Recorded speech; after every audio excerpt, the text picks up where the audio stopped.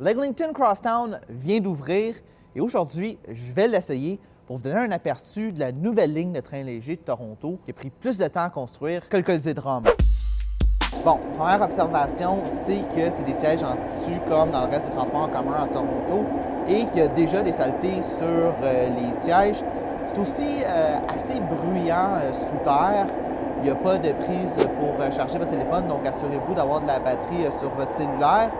Et quelque chose qui est quand même bien, c'est qu'il y a des annonces en français. Pendant que le véhicule est en mouvement, veuillez rester assis ou tenir les rampes. Je suis débarqué parce que l'Eglinton Crosstown fait lien avec les lignes 1 et 2. Et je veux voir ici à la station Eglinton à quel point c'est facile de changer de ligne. Je viens d'arriver sur la plateforme de la ligne 1 et faut que je vous dise, il y a beaucoup de marches à monter. C'est un changement de ligne qui n'est pas aussi facile à faire qu'à, par exemple, la station Saint-Georges. Il y a un ascenseur et je vais aller le prendre pour retourner au Eglinton Crosstown.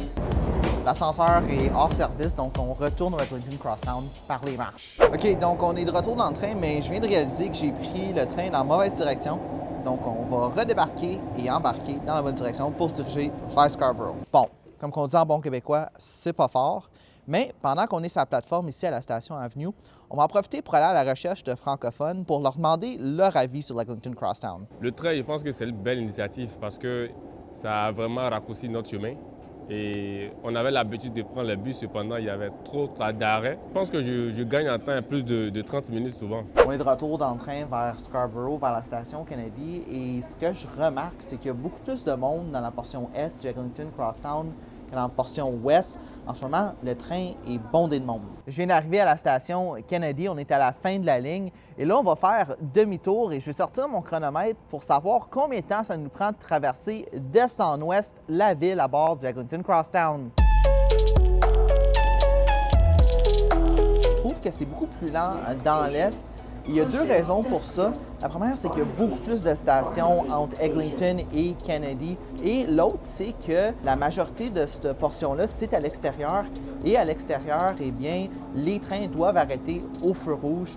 Donc ça ajoute beaucoup de temps au trajet. De retour sous terre, et j'ai une observation assez spécifique, et c'est que l'Eglinton Crosstown sent bon. Et je dis ça parce que j'étais à Ottawa lorsqu'ils ont ouvert la ligne de la Confédération, et je me rappelle en particulier à la station Rideau de la senteur des égouts. Je suis de retour à la station Mount Dennis. Ça m'a pris 57 minutes pour traverser la ville d'est en ouest à bord du Eglinton Crosstown. Selon la CTT, ça aurait dû me prendre entre 52 et 54 minutes. Ça m'a pris un petit peu plus longtemps, mais c'est pas grave. J'espère que mon aventure va vous aider à préparer votre premier voyage à bord du Eglinton Crosstown.